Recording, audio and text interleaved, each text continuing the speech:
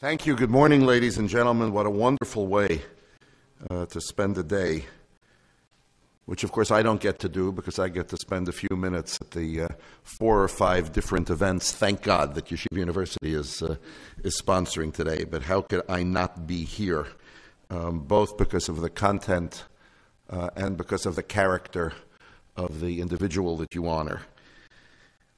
There's no better way to pay tribute to Penina Shram and to begin by sharing a story. There was a young boy who was visiting a hobby shop, and he looked high on a shelf, and he saw a beauteous kite. And he said, "Oh my, what a kite." So he went home, and he started saving his pennies, and he did extra chores around the house, and he put each one in a penny bank. And after a serious period of time, he thought he had enough money. He took his little bank, he went to the hobby shop. The person at the counter came over and said, "Can I help you?" The boy had a bright smile, and he pointed up, and he said, "I want that." So the shopkeeper brought down the kite, sold it to him. He said, "Do you want anything else?" He said, "Yes, I need a cloth for a tail, and I want many, many, many, many rolls of string." And he took his work home, and he carefully constructed the kite, and he put a tail on so it wouldn't go wild, and then he strung together multiple spools of string so that apparently there was enough for the kite to soar into the heavens. He then waited for the first appropriately windy day, went out to a field, and started running with the kite. And as it caught the air, he started releasing the string and enjoyed with immense pleasure as it took to the sky. He kept releasing the string, 1 spool, 2 spools, 3 spools, until it was virtually invisible up in the sky. And the little boy was standing there holding this string and smiling brightly. Person walks along, sees this boy in the middle of the park holding a string. He said, "What are you doing?" Child looks at me and says, "What am I doing? I'm flying my kite." Man looks up, says, "I can't see it." The boy looks and smiles and says, "I can't see it either, but I can feel the tug." And so much of what we are here to celebrate is the feeling of the tug. So much of the story of the Jewish people is often when not able to see light, we feel the tug of the warmth of our tradition, of our people, of our story, of our sacred homeland. So much of what we are is believing that if we save up and we know what we want and we construct it lovingly and we wait for the opportunity and we celebrate it, and then when people come to us, we share it, that even if people can't see what we see, they can know there's a tug, and they can aspire to their own kites. Right? So the tug of our story, the tug of our homeland, is, I think, what uniquely storytelling is able to share with us. Each year I have the privilege of being invited, the frightening privilege of being invited to speak to Penina Shram's class on public speaking. And each year I am more nervous than the class is because I know that Penina Shram is there. Now I also know that the class is not filled with people of faint heart because the reputation is that Penina believes, like the Torah, that the first letter of the alphabet is not an A, but is a B, or a C, or a D. So the students in her class know that this is not a place to go to earn an easy A, which makes them formidable for a visiting speaker.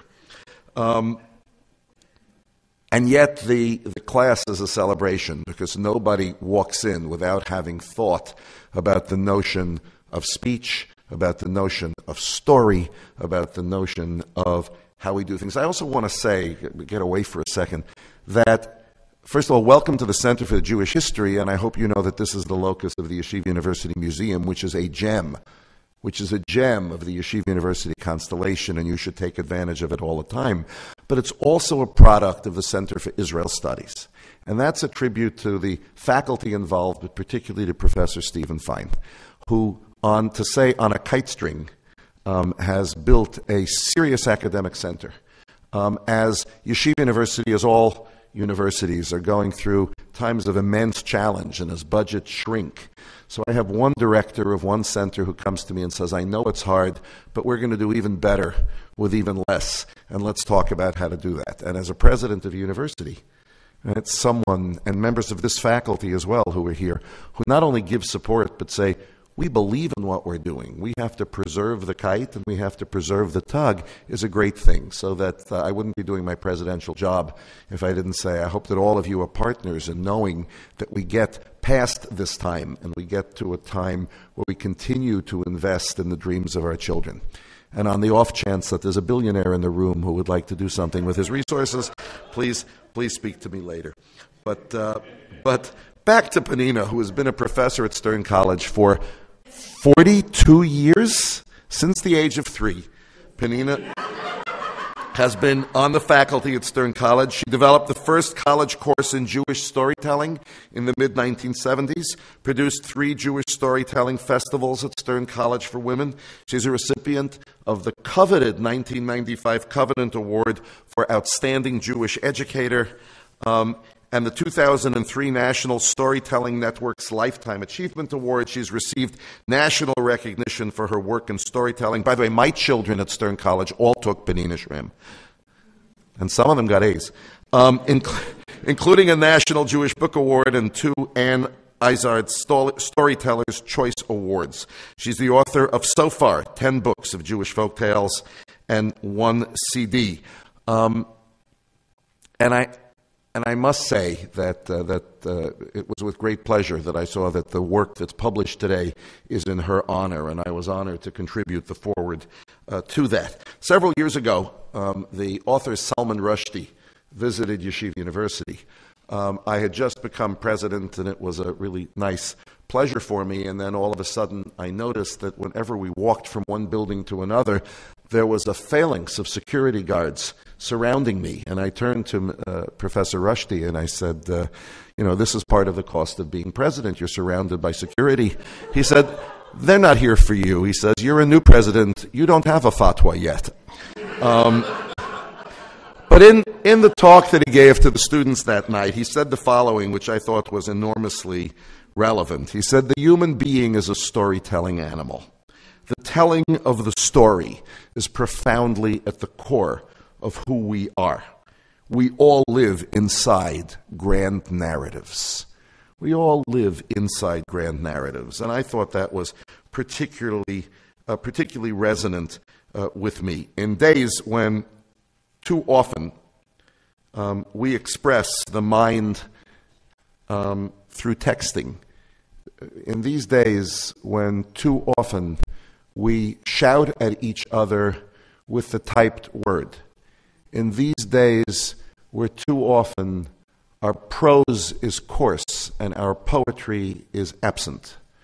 So we mustn't curse the new technology. We have to find the right way to use the new technology. But the new technology can never be a replacement, right, for timeless skills of communication. And in these days, Penina Shram and all the Penina Shrams of the world and her hundreds and thousands of students work to ensure that true communication does not become a lost art, but involves words and voice and expression and heart and soul. And that's why I put Penina Shram on a vibrant living pedestal. Professor Shram said the following. She said, stories teach with images and narration rather than fact. These are the lessons that stay with us forever and get passed from generation to generation. And when we need to recall these lessons, we dip into the story as well as the wisdom of the ages. We celebrate her and her craft today. We celebrate you. I thank you, and I thank you on behalf of a generation of Yeshiva University students and so beyond, and all who believe in the power of imagination. Celebrate today. Thank you very much.